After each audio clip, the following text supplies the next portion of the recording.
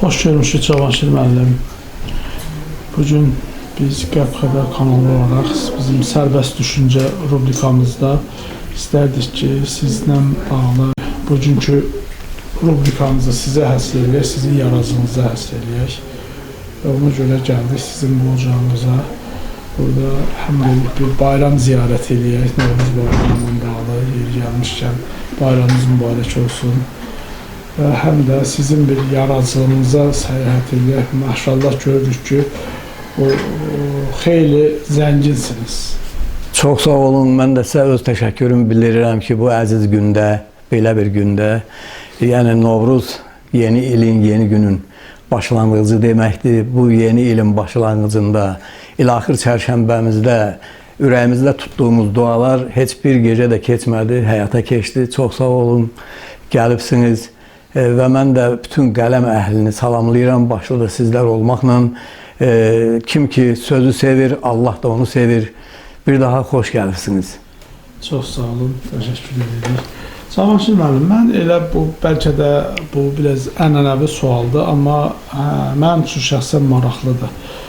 Ömrünüzün gözəl vaxtındasınız, ahıl vaxtındasınız və ilk dəfə yazmağa, yaradıcılığa hansı yaşda başladınız? Sağ olun, bu ənənəvi sual olsa da, amma çox maraqlı sualdır. Belə ki, hər birimizin, yəqin ki, siz də o hissləri keçirirsiniz. Orta məktəb illərindən, hələ o gənc yaşlarımızdan, o sevgi münasibətləri, nə bileyim, uşaqlıq sevgisi. Lakin mən 14 yaşında ilk dəfə, o zaman pambıq əkib becərirdilər da. Üzr istəyirəm, mənim həyat yoldaşım da o vaxtı elə bir eyni siniflərdə oxuyurduq. Qazax şəhərindən bura pambıq yığmağa gətirirdilər. Elə mənim ilk şeirim də, ilk yazım da, ilk məhəbbətim də həmin illərdən başladı. Və bugün də çox xoşbəxtəm ki, həmin qadınla ailəliyəm, ömür gün yoldaşımda o mənim 3 evlad, 6 nəvə, bir nəticə yiyəsi olmuşuq, sahibi olmuşuq. Allah hamıya qismət eləsin bunu. Həmin vaxtı mən ona yazdığım şeir deyir, əsl eşqin olduğunu bilərdinmi sən olmasan? Uça-uça görüşünə gələrdinmi sən olmasan? Sən gəzdiyin hər qarışı izləmişəm addım başı. Az Fərhad kimi dağı daşı dələrdinmi sən olmasan? Bir söz deyim inciməsən, gəl taleyin bəxti kəsən, Cavanşirə gül deməsən, gülərdinmi sən olmasan? Bax, bu ilk eşqimizin, ilk sevgimizin bünövrəsi bugün də artıq 50 il tamam olur. Gələn il Allahın köməkliyi ki, 50 ildir biz ailə həyatı yaşayırıq. Maşallah. Qızıl toyumuz olacaq. Allah qoysa bir yerdə keçirərik, Allah ömür verirsə. Bax, belə başlayıb orta məktəb illərindən. Lakin mən heç vaxtı özümü gözə soxmaq istəməmişəm. Heç vaxt o şeirlərimin ictimaiyyət tərəfindən, nə bilim mən üzə çıxmasını ya mətbuat orqanlarında, Allah rəhmət eləsin, Heydər Qasımlı var idi bizim gözəl yazıçımız. Göyəzən qəzetinin baş redaktoru idi o. Artıq mən institut qutarıb müəllim işləyirdim öz kəndimizdə. Bir gün o bana dedi ki, ay Cavanşir müəllim, bu elə şey ola bilməz. Mən dedi, hər gün düşünürəm ki, sizin dedi, danışığınız elə bil poeziya dilidir. Şeirləriniz dedim var, amma üzəçit dedi, get onu Göyəzən qəzetində çap eləyək, görək insanların reaksiyası necə olacaq o şeirə. Və həmin elə o illərdən də mütəmədi olaraq mənim şeirlərimi o dərc elədi. Çoxlu məktublar aldım, çoxlu telefon zəngləri oldu bana. Həmin dövrdən də sevildim, nə bilim, Allahın izni ilə. Çünki sözü verən də Allahdır, alan da Allahdır, insana yol açan da ulu tanrımızdır. Bax, elə o gündən bəri və mənim ilk şeir kitabımda Dərdim saçlarımda düzəlib mənim adlı şeir kitabım olub. Orada da yenə öz hisslərimi ifadə eləmişəm. Həmin kitaba da Allah rəhmət eləsin bizim böyük şairimiz Akif Səməd ön söz yazıb ki, Qazaxda, Səməd Vurğunun diyarında söz demək hər adama qismət olmur. Amma Cavanşir Rüstəm bugün söz karvanına qoşula bilmiş bir şairdir. Allah ona qəni-qəni rəhmət eləsin. Bax, onun xeyir duasıyla da mən ədəbiyyata gəlmişəm. Bu gözəl sənətə deyək, ancaq məsuliyyətli və həm də elə ömrümüzün yarı hissəsini də bu sözlə keçiririk bugünə qədər. Nə qədər ki canımızda can var, Allahın verdiyi ilham var, belə də davam eləyəcək. Savaşlı mənim çox maraqlı adamların adlarını çəkdiniz. Başda indi belə deyim, şeir yazmağınızın yaşı 60 ili. Bəli, bəli, bəli. Və hardasa 50 ildə Göyəzən qəzetində, o vaxt yəqin Qalibiyyət Bayrağı qəzetində. Qalibiyyət Bayrağı qəzetindən sonra da yenə deyim, o Göyəzən qəzetində Heydər Qasımlı orada redaktor olandan sonra açıq deyək də mətbuata da o zaman girmək çətin olurdu. Ancaq ki, mənə yol açan o Heydər Qasımlı oldu və o vaxtı Qazaxda bizim radio qovşağı var idi, fəaliyyət göstərirdi. Polad Akişiyev ona rəhbərlik eləyirdi. Sağ olsun, həmişə günorta saat 2-də həmin o veriliş başlayırdı və Qazaxda bütün o çayxana bağda hamı onu dinləyirdi. Və hər gün demək olar ki, mən onun qonağı olurdum. Orada şeirlərim səslənirdi. Orada çıxanda hamı təbrik eləyirdi. Ki, oraya yığılırdılar o binanın qarşısına ki, qoy özünlə burada görüşək. Bax, belə. Mənim bu şeirin yaranışı, ümumiyyətlə, şeir sizdən ötürü nədir? Dərdinizdirmi? Yükümü şeirlərə verirsiniz? Yoxsa bax, mən o müşahidə, məsələn, gəldi, elə bir var, söz yığını deyil də şeir. Şeir haradasa bir, onu yaradan insanın, deyən insanın bir yükünün şöyle təzahürüdür. Bəli. Sizin üçün, bax, indi mən bir neçə şairlərlə müsahibə götürmüşəm və hər birində bir maraqlı cavab olur. Mənim üçün maraqlıdır ki, sizə görə şeir nədir? Mənə görə şeir budur ki, şeirin gəlməsi, o ilhamın gəlməsi, o vaxtdan asılı deyil. Vaxtdan asılı deyil. Əsl yaradıcı insan olmaq üçün, yəni şeiriyyatla bağlı 3 şey burada vacibdir. Birinci, Allahın verdiyi istedad. İkinci, o istedadı inkişaf elətdirmək, yəni zəhmət. Və üçüncü də mənim üçün müşahidədir. Yəni, müşahidələr nəticəsində özümün Allahın verdiyi o imkan nəticəsində mənim şeirlərim belə yaranır. Baxmır, gecədir, gündüzdür, məni narahat eləyir. O şeiri demək, gecə ki o mövzu yaranır, yazıram və yazandan sonra da yatmaq mümkün olmur o şeirin təsirindən. Və çox vaxtı da indi inanarsınız, inanmazsınız. Məsələn, məni yuxularda mənə şeirlər gəlir. Yəni, yuxuda sizin kimi insanlar, dahi, o heç mən tanımadığım Füzulidən tutmuş, Nəsimidir, Nizamidir, Nizami Gəncəvi və el-axir. Məsələn, yuxumda mənə deyilən mövzuları mən tutub yazıram. Məsələn, yuxuda mən Ələsgəri düşünürdüm ki, görəsən bu rəhmətli Aşıq Ələsgər 200 ildən artıqdır ki, o bu yaradıcılığı davam eləyir onun. Bu necə adam olub? Və təsəvvür eləyin ki, yuxuda məni onun məclisinə aparıblar, mən Ələsgəri görüb və həmin o şeirimi duranda yazmışam. Və yaxud müşahidə nəticəsində. Məsələn, bir gün küçədə dayanmışdıq, yayın günü idi, möhkəm bir yağış yağdı. Bu zaman hamı daldalanacağa girdi, kimisə də özünün çətirini götürdü. Amma bir xanım kənarda dayanıb, o yağışa üzünü də çevirib, yəni təbiətdən ilhamlanan bir xanım idi belə. Hamı onu dəvət elədi ki, qızım istanırsan falan gəl və orada bir mövzu yarandı. Gülüm, səni hər gözə baxışa qısqanıram, hər baxışdan süzülən axışa qısqanıram. Al əlvan ləçəkdəki, otaqda dipçəkdəki, hər güldə çiçəkdəki naxışa qısqanıram. Cavanşirəm bir bəndə, salmısan məni bəndə, yağış səni öpəndə yağışa qısqanıram. Şeir belə yaranır. Heç vaxtı şair özünü məcbur etməməlidir şeir yazmağa. O gələndə gözəl olur.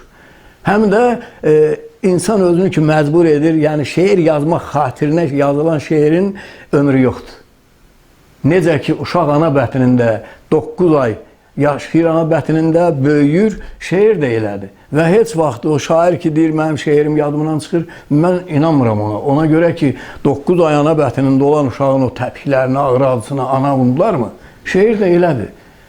Və mən bugün də şeirlə nəfəs alıram, şeirlə yaşayıram heç vaxt özümü məcbur eləməmişəm şeir yazım. Bax belə. Nə bilim, ilahi qüdrətdən gələn paydır. Yəni şeirlərinizin əksəriyyətini əzbər bilirsiniz. Yəni mən bir şeirimdə də orada vermişəm ki, yaddaşımda 1800 şeir var.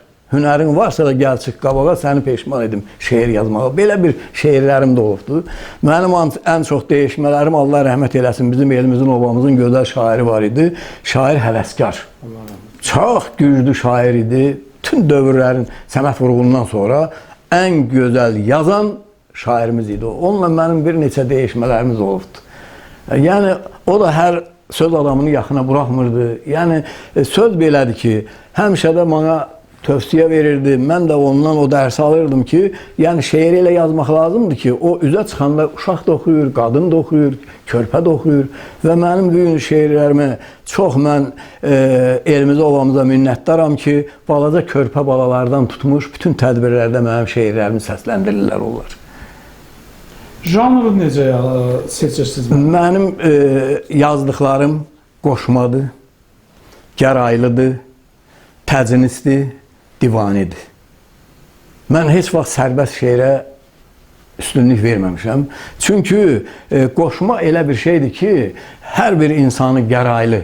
O da Aşıq Ələsgər, Allah rəhmət eləsin, bütün gəraylıları onun dillərdə əzbərdir. Qoşmaları, təznisləri. Yəni, bax, mən bu janrda yazıram. Sazla aranız necədir? Yəni, sazı bilirsinizmi, yoxsa o saz musiqisinə uyğun şeirlər genetik mi gəlir? Mənim bütün şeirlərim saz üstündə köklənib. Yəni, elə bir şeirim yoxdur ki, saza gəlməsin. Və bugün də yenə deyirəm, Aşıq Saqif Məzəmli var, Aşıq Ruslan Məzəmli var, Şahin Məzəmli var, ondan Niyaməddin Məzəmli, o da Rusiya toylarında ilə mənim Qazaq haqqında şeirlərimi deyib. Yəqin ki, eşitmiş olarsınız. Bu yaxınlarda da bir sazımın səsi müsabiqəsi keçirilirdi. Dünya TV-də. Orada da Cavid Şıxlı, maşallah, o balaca körpəmiz 9 yaşı var. Orada mənim o Qazaq haqqında şeirimi necə deyir ki, Dəlikür qəzeti mən deyim, sən yaz, gör kimlərdir iftixarı Qazağın. İstərəm birinci səndən başlayayım, səndə olub cahandarı Qazağın. Yəni, biz indiyənə qədər bizə beynimizə hopdururdular ki, biz Novruzəlilər nəsliyik. Novruzəlilər, nə bileyim mən, savadsız, kütbeyin, ağanın məktubunu atıb yanında da gözləyirik ki, apararlar. Amma Allah rəhmət eləsin, yazıcı İsmail Şıxlıya, xalq yazıcımıza. O, Dəlikür romanını yazdı və dedi ki, ay millət, babanız Cahandar ağalardı. O Dəlikür qəzeti onun adını daşıdığı üçün elə mən o qəzetə yazmışam ki, Dəlikür qəzetini mən deyim, sən yaz. Bax, belə bir şeirdir. Bugün də Qazağın o pasportudur. Elə bil o mövzuda rəhmətli Şair Qulunun da bir şeiri. Şair Qulunun şeiri var. Ən gözəl şeirlərdən olan Bura Qazaqdır oğlum.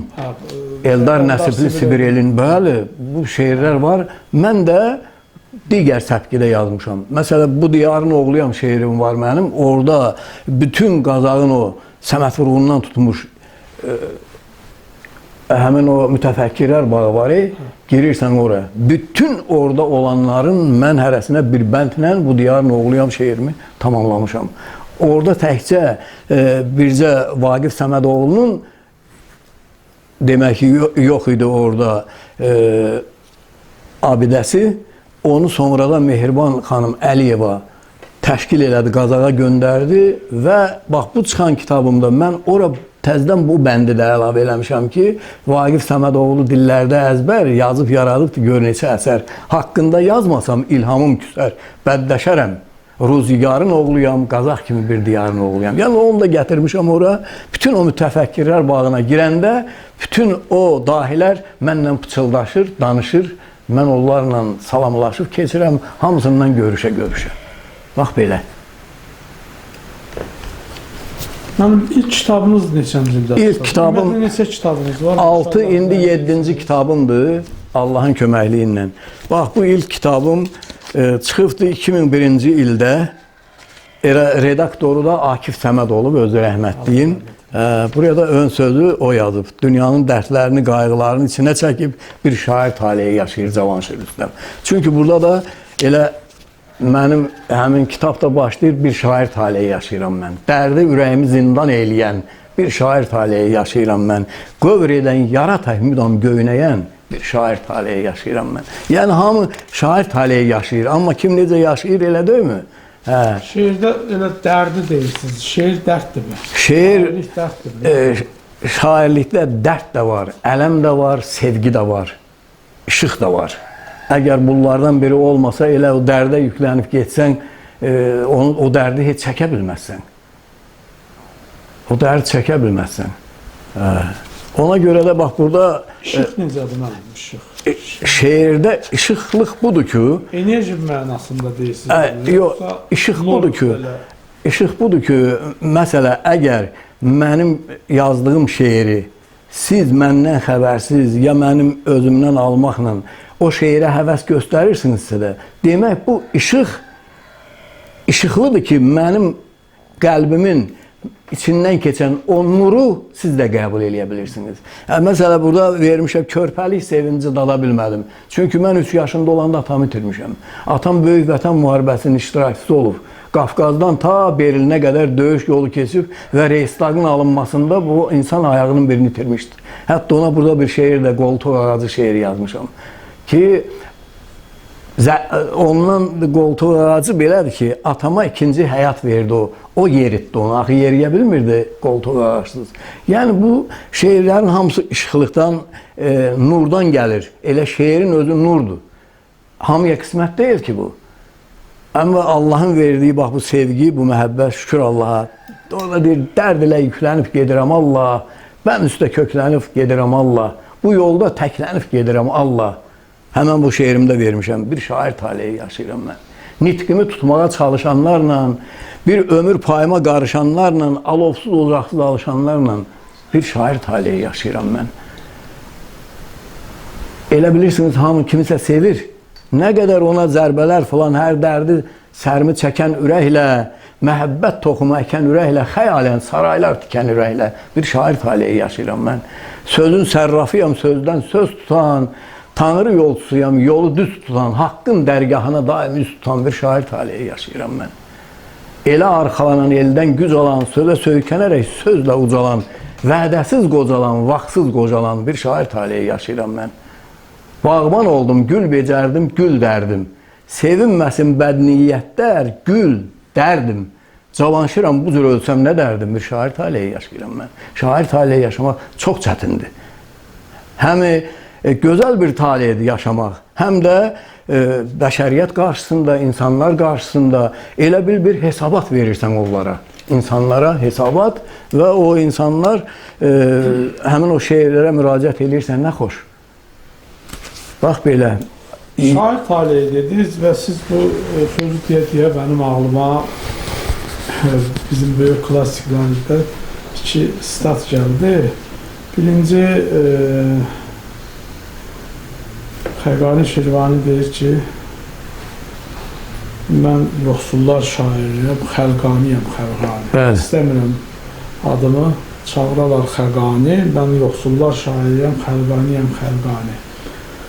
Bax, bu fikirdə sizcə şair yoxsul deyəndə, yəni xalqın içində mi olmalıdır, yoxsa sarayları mı tərənnüm etməlidir? Bax, daim belə... Bəli. İndi belədir da, gəlin açıq danışaq. Son dövrlər, məsəl üçün, deyək ki, o şairləri şeyə bölürlər, necə deyim, kateqoriyaya bölürlər, hətta ziyalıların biri çıxır, məsəl üçün, reyting yaratmaq üçün biri Səməd Vurğunu mətdah deyir, o birisindən nə olur, ona qarşı bir polemikalar gedir. Bu yöndən soruşuram ki, sizcə şair mövqeyi harda durmalıdır? Qardaş, gəl belə götürək, elə Nizaminin dövründən bəri götürək. Nizami özünü yazdığı o 5 xəmsədə məgər yaşadığı dövrün hökümdarlarını tərənnüm etmirdimi? Dəvələrlə qızıl karvanı göndərilirdi ona, elə deyilmi? Hər dövrün özünün tələbatı var. Hər dövrün özünün tələbatı. Səməd Vurğunun rəhmətliyin dövründə də düzdür, bizim şairlərimizdən Mikail Müşfiq də repressiya qurbanı oldu. Cavid Əfəndi də repressiya qurbanı oldu. Və Səməd Vurğuna da hücumlar ona görədir ki, bəs sən niyə olmadın? Onu deyənlər inanın başdan ayağa səhvdir. Səməd Vurğun elə bir yaradıcı şair idi ki, elə hesab eləyin, böyük bir kanaldır, su gedir. Sən onun ağzını güllüyə də çevirə bilərsən. Qanqallığa da, boş bir səhriyə də çevirə bilərsən. Səməd Vurğun aşıb daşan, coşan bir şair idi. Öz dövrünün şairi idi o. Onu da bəli, onun əgər şeirlərinə diqqətlə qulaq assaq Azərbaycan şeirinə, həmin dövrdə demək olardımı ki, el bilir ki, sən mənimsən? Demək olmazdı. Amma Səməd Vurğun demişdi. Yaxud Komsomolun canı it canıdır. Bunu demək olmazdı. Səməd Vurğun bütün dövrlərin şairidir, mənim fikrimcə. Və dövrümüzdə, misal üçün, indi mən də Vətən Qarabağ müharibəmiz getdi da, 2-ci Qarabağ müharibəsində. Demək, mən o oğullarımızın qəhrəmanlığını tərənnüm etməyimmi ki, bunu mən? Axı, mən onların qəhrəmanlığını tərənnüm etməliyəm, şəhid oğullarımızı vəsf eləməliyəm. Onlar düzdür, onların ruhu göylərdədir, onlar həmişə bizim qəlbimizdə yaşayacaq. Şəhidlər heç vaxt ölmür. Qazilərimizi, axı, onların qanı bahasına biz bugün nəfəs alırıq, biz bugün yaşayırıq, biz bugün yazıb yaradırıq. Həmin dövrdə baş verən hadisələrə münasibət göstərmək şairin ən vacib qarşısında duran məsələdir. Heç, indi əlbəttə ki, hamını sevə bilməz. Hamını sevə bilməz. Bu dövrdə də elədir, bax, bu saat hal-hazırda. Əgər mənim şeirlərimdə, bax, şəhid ailələri tərəfindən gördüyünüz bu mükafata mən layiq görülmüşəm. Şəhid... O mövzuya gələcəm. Yəni... Bir şey deyim. Məsələn, sizin bax, bu vətənpərvərlik, maşallah görürəm ki, vətənpərvərlik şeirləriniz hətta kitab halına da salıbsınız. Bu... Və bir şeiriniz qarşıma çıxdı bayaq kitabı vərəqləyərkən, bu Tovuz döyüşlərindən sonra elədir ki, start veribsiniz də bu vətənpərvərlik mövzusuna. Müharibə ilk günü dedimdə, başlanğıcı gündən müharibə başlaba, vaxt yetişib şeirim mənim ayın 27-si sentyabr 2020-ci ildə yazılıb. Və həmin bu şeirimi də yenə deyirəm, sağ olsun Qazağımızın gözəl həvəskar bəstəkarı Vahid Hoca, Vahid Bayramov ona musiqi bəstələdi və göndərdi Asif Kərimov. Onu aranjman elədikdən sonra Respublikanın əməkdar artist Elnarə xanım Abdullayeva onu bütün kanallarda ifa elədi. Burada neçə şeir cəmləşir? Burada 59 şeirim mənim cəmləşir. Aman 44 günlük müharibə. 44 günlük müharibəyə dayanmadan hər gün çağırış şeirim. Düşmən həqiqəti qanana deyil. Biz onu qandıraq, qansın bugündən. Alova bürüyək, oda bürüyək. Cəhənnəm odunda yansın bugündən. Uçurulub, dağıdılıb yuvamız. Əsirlikdə talan olub obamız. Koroğlu Babəkdir bizim babamız. Hərə babasını ansın bugündən. Bu elə belə yazılmı? Misri ilə doluşaq biz Qarabağa. Leysan tək, dolu tək, yağa, görsün gücümüzü qudurmuş dığa, özü öz adını dansın bugündən.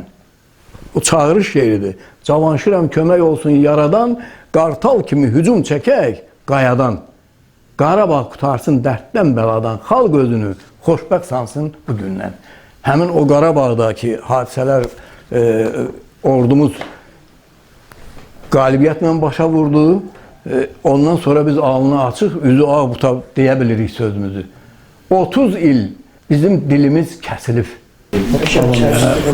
Yəni hamımızın 30 il müddətində gözlədiyimiz, səbirsizlə gözlədiyimiz öz ata-baba yurtlarından didərgin düşən insanların arzusunun, niyyətini Ali Baş Komandanımız Müzəffər ordumuzun və xalqla birliyinin nəticəsində həmin torpaqlarımız geriyə qayıtdı. Elə mən də bu kitabı yazmışam. Bu kitabı Ali Baş Komandan möhtərəm prezidentimiz İlham Əliyev cənablarına, Müzəffər ordumuza və dar ayaqda yumruq kimi birləşib bir olmağı bacaran xalqımıza ərmağan edirəm. Xalqın, ordunun birliyi gətirdi bizim qələbəyə çatdırdı. Özü də elə bir qələbəyə ki, 44 gün dünya təəccüb qaldı. Dünya ayırt eləyə bilmədi ki, bu necə bir gücdür ki, cəmi 44 günə bu müharibəni başa vurdu. Yəni, hərb tarixində heç vaxt belə bir hadisə olmayıb.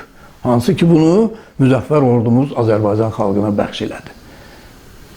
Bizim gücümüz buna görə də mən həmin o oğullarımıza döyüşün başlanan gündən ki, günü də itirməyim mən. Çünki o hadisələr ki, cərəyan eləyirdi, hər günü mən o qəhrəmanlıqları öz şeirlərimə gətirmişəm. Eləcə də şəhidlərimiz haqqında unutmaz bu vətən, bu millət sizi. Adı tarixlərdə qalan şəhidlər. Döyüş meydanında quduz yağının canını qorxuya salan şəhidlər. Vətən də anadır, ana da vətəndir, vətən də ana, yolunda borçluyuq bir şirin cana. Sevinç yaşatdığınız Azərbaycana, Qarabağda zəfər çalan şəhidlər. Cavanşirəm, ürək dil açdı birdən, dedi, əziz nə var ana vətəndən, ruhumuz şad olsun yağı düşməndən, qisası birə-bir alan şəhidlər. Yəni bu şəhidlər bizim başımızın tacıdır. Həmin bu növbəti Allahın köməyi ilə indi çıxıb da artıq o kitab, orada da kitabın adını Zəfər yolu qoymuşam. Və orada mənim Zəfər yolu poemam var, elə onun adından sevimli şairimiz, Allah ona can sağlığı versin, Nəriman Həsənzadə oxudu onu və ön sözdə və dedi ilə kitabın adı qoyulsun Zəfər yolu. Çünki o yolum Zəfər yolu. Neçə ki Azərbaycan var, təkcə müharibə yox. İqtisadi yolda, iqtisadi inkişafda, vətənimizin gələcəkdə çiçəklənməsində bu yol ömür bitir, yol bitmir. Ona görə elə Zəfər yolu qoymuşuq o kitabın adını Allahın köməkliyi. Bax belə. Mənim bir şey deyim. Bax, şeir ümumiyyətlə çox yazarlar, ədəbiyyat adamları, tənqidçilər belə bir şey deyirlər ki, hər zaman müzakirə mövzusu olur, ədəbiyyatın problemləri. Məsələn, sizcə müasir ədəbiyyatımızın problemi nədədir? Məsələ, bir neçə il bundan Sovet dönəminə dönsək, orada tutaq ki, mənim şeirlərim çıxıb kitab halına saldırmaq istəyirəm onu. Orada, o vaxt Bədii Şura var idi. Bədii Şuranın keçəndən sonra, əgər o şeirlər doğrudan da şeir idisə də, onda icazə verirdilər kitab halına salmağa. İndiki bu dövrümüzdə heç şeir olmasın. Apar, indi görün nə qədər nəşriyyatlar var. Hansı biri orada sənin xəlbirdən keçirir bu şeirlərini? Alır pulunu, nəşr edir, buraxır. Yalnız buna oxucu qiymət verir. Oxucu qiymət verir. Hər hansı bir gözəl şeiri, onu əgər tənqidi nöqteyi nəzərindən yanaşsaq, o şeiri atım-atım eləyərsən ki, bu nə deyib görəsən burada. Amma şeir, hansı güclü şeirdir? Şeirdə birinci, şeirdə olmalıdır mövzu, tutduğu mövzu. Şeirdə olmalıdır axıcılıq. Şeirdə olmalıdır fikir. Əgər o fikri sən 3 bəndlik, 4 bəndlik, 5 bəndlik bir şeirə sıxışdıra bilirdinsə də və orada tutaq ki, adi sözlərlə ancaq fəlsəfi bir fikir söyləyibsən. Şeir buydu. İndi ona baxan yoxdur. İndi apar kitabını çap elət, gəl. Amma yenə də həmin kitablar indi oxucular tərəfindən, kitabxanalar tərəfindən, o körpə balalarımız tərəfindən, əgər o şeirlər tapılıb hər hansı tədbirlərdə deyilirsə də, demək o şeirdir. Xalq onu qəbul eləyirsə də, bu şeirdir. Məsələ, Səməd Vurğunun elə bilirsən adi sözlərlə qoşduğu şeirlər, məsələ, bayaq dediyimiz kimi Azərbaycan şeiri, bu saat get bağçada körpə baladan da soruş o şeiri deyəcək. Yəni şeir sadəlikdən mürəkkəbə getməlidir. Şotar Rustaveli, görkəmli Gürcü şairi, o pələng dərisi geymiş pəhləvan əsərini yazan, deyir şeir uzun sözün qısasıdır. Yəni əgər sən fikrini, baxır mövzuya, fikrini 3 bənddə bildirə bilibsənsə də və o şeir doğrudan da maraq doğurursa da, orada fikir varsa da, şeir budur. Ancaq indi kim ağlına nə gəlir onu yazır. Sosial şəbəkələrdə baxırsan şeirlərə, adam utanır, ət tökür. Bu saat biz vətəndən yazmalıyıq, vətənimizin qüdrətindən yazmalıyıq, vətənimizin inkişafından yazmalıyıq.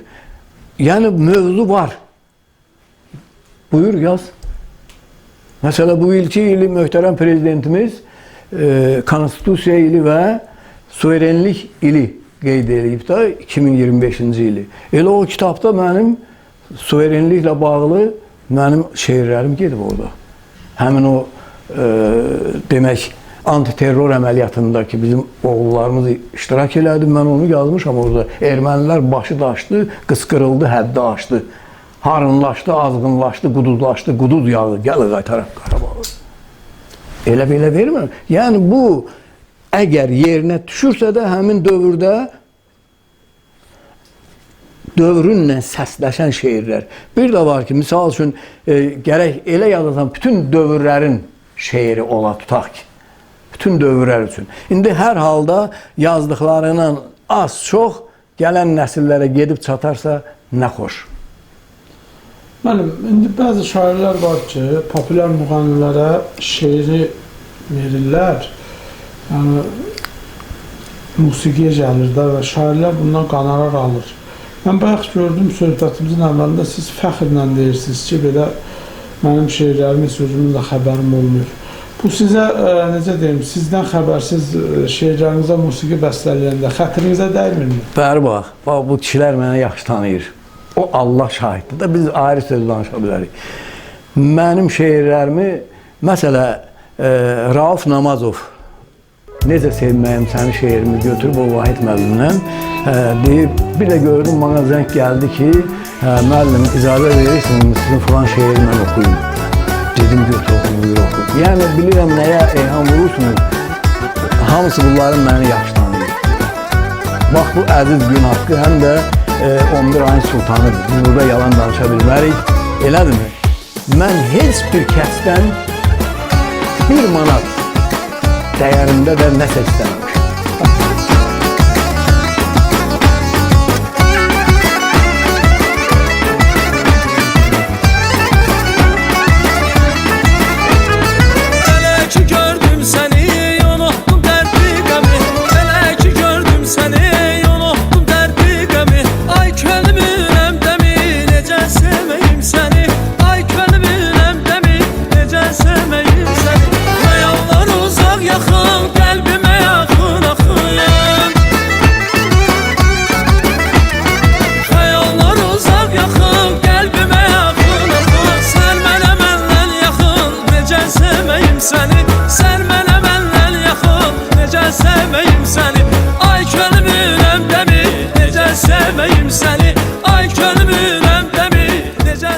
Mən eyhəm vurmurdum, fikirləşirdim ki, bax, 60 ilin şairisiz, ədəbiyyat sizi dolandırırmı? Xeyr, mən ədəbiyyatdan... O gözlə baxmışam. Heç mən ədəbiyyata o gözlə baxmamışam və mənim yazdığım şeirlər də yalnız sonradan özümə məlum olub ki, bəli, bu şeir oxunub. Buna mahnı bəstələnib, oxunub, mənəzəlin qeyirlər ki, buyur bu mahnıya bax, qulaq az. Bax, belə. Elə mənəvi zövqü... Hə, bu mənim... Mən həmişə öz mənliyimi gözləmişəm. İnsanın ən böyük varlığı onun mənəviyyatıdır. Mənəviyyatın uca olsa, Allah sənə qapı açacaq, hansı hara getsən, sənin qarşında qapı açılacaq. Mən Allaha sığınmışam, o onun böyük varlığına. Heç vaxt da mənim dilimdən yalan bir söhbət, Allah şahiddir. Bəndiyə nə var, aldada bilərsən falan. Amma Allahın qarşısında mən təmizəm, safam və bu gördüyünüz bundan böyük Allah mənə nə versin? Mal, mülk falan hamısı həyatda qalan şeylərdir. İnsan bu dünyadan heç nə aparmır. Ancaq mənim varlığım, mənim mənliyim bax bu şeirlərə köçür. Ömrün payızı da nəyə görə yazmışam? Artıq mən bu elə bir yaşdayam ki, elə deyilmi? Ki, burada da yazmışam, boşa verməmişəm cavanlığımı. Ömrün payızından qorxuma yoxdur. Nəvələr bürüyüb dörd bir yanımı, ömrün payızından qorxuma yoxdur. Onlarla uşaq tək uşaqlaşıram, kədərdən, qüssədən uzaqlaşıram.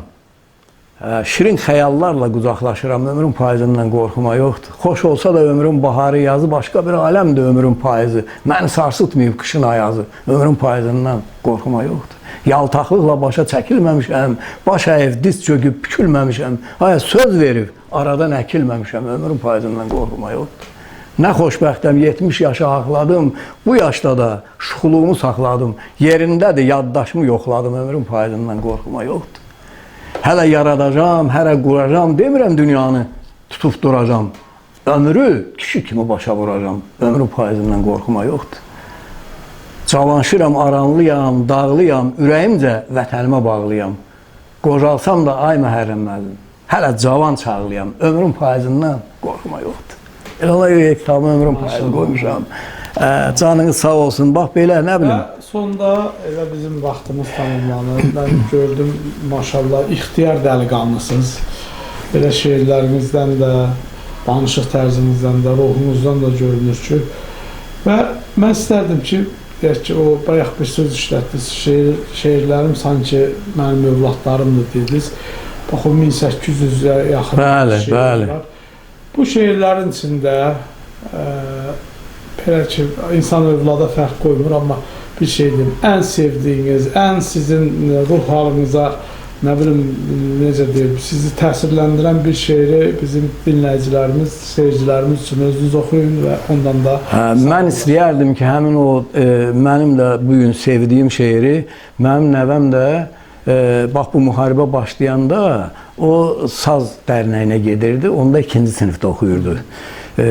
Bir gün möhtərəm prezidentimiz bir sərəncam verdi ki, milli orduya yardım fondu yaradıldı və o fonda pul köçürəndə mənim nəvəm də o daxılını gətirdi ki, ay baba, qoy bu daxılımı sındırım, saz almaq istəyirdi o özünə, iri saz. Ordumuza köçürək, qoy onlar yaxşı corab alıb geyinsinlər və bilsinlər ki, arxasında xalq durur bunların, uşaqdan böyüyə qədər. Və həmin günü səhərsiz atasıyla göndərdim, burada asan xidmət fəaliyyət göstərirdi. Orada uşaqdan da müsahibə alıblar, həmən o yığdığı pulu da yardım fonduna köçürdü. Bütün telekanallar həmin gün o uşaqdan danışdılar. İnşallah qoy Şuşanı alanda aparar bu uşağı orada bir saz çalar. Ancaq ki, artıq 5 il keçməsinə baxmayaraq, nə mən özüm gedə bilmişəm Şuşaya. Ancaq mənim elə ən sevdiyim şeirlərdən biri də ki, Azad Şuşam görüşünə mən bugün götürüb özümlə saz gətirmişəm. Yəni, bunu mən xəyalən getib oranı görüb qayıtmışam. Yuxuda bir mötəbər insan, nə bilim, o ağsaqqal kim olub? Vicdanım haqqı mənim əlimdən tutub, elə belə gündüz bir 5-10 dəqiqəlik yuxuya getmişəm. Məni gəzdirib oraları gətirib ki, qalx bu şeiri yaz. Və mən yazmışam, Azad Şuşam, görüşünə mən bugün götürüb özümlə saz gətirmişəm. Şairlər vətəni Qazaq elindən ürəyim dolusu söz gətirmişəm. Gördüm Vaqifimi, gözlərim güldü. Natəvan çiçəklə qarşıma gəldi. Bu görüş düşmənin bağrını dəldi, gözünə basmağa köz gətirmişəm. Alqışladım üzeyri, bülbülü, sıxdım ürəyimə xarı bülbülü. Gəzib qarış-qarış çəməni çölü hər yerdə qoymağa iz gətirmişəm. Səsimə səs verdi qartallı dağlar, şaqraq şəlalələr, ayna bulaqlar, qayıdıb özünə əzəlki çağlar, bunları görməyə göz gətirmişəm. Mən orada elə yazmışam, qaldırdı məni, dedi buyur bu şeiri yaz. Yəni, Allahın verdiyi güc qüdrətdir, biz də yazırıq, nə bilim, qadan alın. Bir də arzum oldu ki, gedəm Şuşanı görəm. Bircə mənim arzum odur. Bəsirət gözünüzlə görürsünüz, inşallah. Dünya gözündən görürəm. Elə görmüşəm, bəli. Təşəkkür edirəm Cavanşir müəllim. Çox xoş oldu bu bahar günlərində, bu boz ayın sonlarında sizlə belə isti-isti sıcaq söhbətiniz bizim doğrudan da ruhumuzu isitdiniz və sizə yeni yaradıcılıq uğurları arzulayırıq və inşallah növbəti kitabımızın da çapı kitab əlimizə gələndə yəqin ki, bir dəfə biz Qərb Xəbər olaraq yenə də sizin görüşünüz. Allahın köməkliyi ilə mən də bu gözəl günlərdə həm müqəddəs Ramazan ayıdır, Allahın ən gözəl ayıdır, 11 ayın sultanı, bu gündəki mənim evimin qonağı oldunuz. Bu mənim üçün ən böyük sevinçdir, ən böyük fəxirdir ki, siz kimi dəyərli insanlar, söz adamları, sözü kim ki sevir, Allah onu sevir. Siz söz adamları ki, bugün mənim bax bu balaca bir daxmamı, evimi ziyarət elədiniz. Allahdan mən də bax bu xoş günlərdə, gözəl günlərdə sizlərə can sağlığı arzuluyuram, işinizdə uğurlar arzuluyuram, müvəffəqiyyət arzuluyuram və istəyərdim elə bir bahar şeiri ilə də. Çünki mənim elə bahar şeirlərimə də musiqilər bəstələnibdir, bahara aid olan şeirlərimdə də. Deyir, ana təbiətin ay bahar qızı, gətirdin yurduma çiçəkli yazı, açsa da könlümü aşığın sazı, sən bugün ilhama gətirdin məni, gəl gözəl baharım, gəl öpüm səni. Sənin gəlişinlə bəzəndi çöllər, qovuşdu arzuya sevən könüllər, bugün süfrəmizə gətirdin nələr, hər cürə neməti bir də səməni, gəl gözəl baharım, gəl öpüm səni. Sən necə gözəlsən, bahar ay bahar, səninlə qayıtdı köçəri quşlar, şair Cavanşirəm bir diləyim var, gir qoluma gəzək çölü çəməni, gəl gözəl baharım, gəl öpüm səni. Hamınıza bahar ətirli günlər arzuluyuram, ailə səadəti hər birinizə və əgər siz bax belə unudulmuşmu deyim, yaddan çıxmışmı şairləri ki, gəlib ziyarət edirsiniz, belə onların haqqında veriliş hazırlayırsınız, sizə və yaradıcı heyətinizə mən də öz təşəkkürümü bildirirəm. Biz də sizə təşəkkür edirik, sağ olun. Sevgili tamaşaçılar, sevimli izləyicilər, bugün bu bahar günlərində, bu yaz günündə, Novruz bayramı ərəfəsində biz qocaman söz sərrafı Qazağımızın gözəl şairlərindən biri Cavanşir Rüstəmin qonağı olduq. Onun bu isti ocağında, onun gözəl şeirləri ilə sizlərin də qəlbini isitməyə çalışdıq.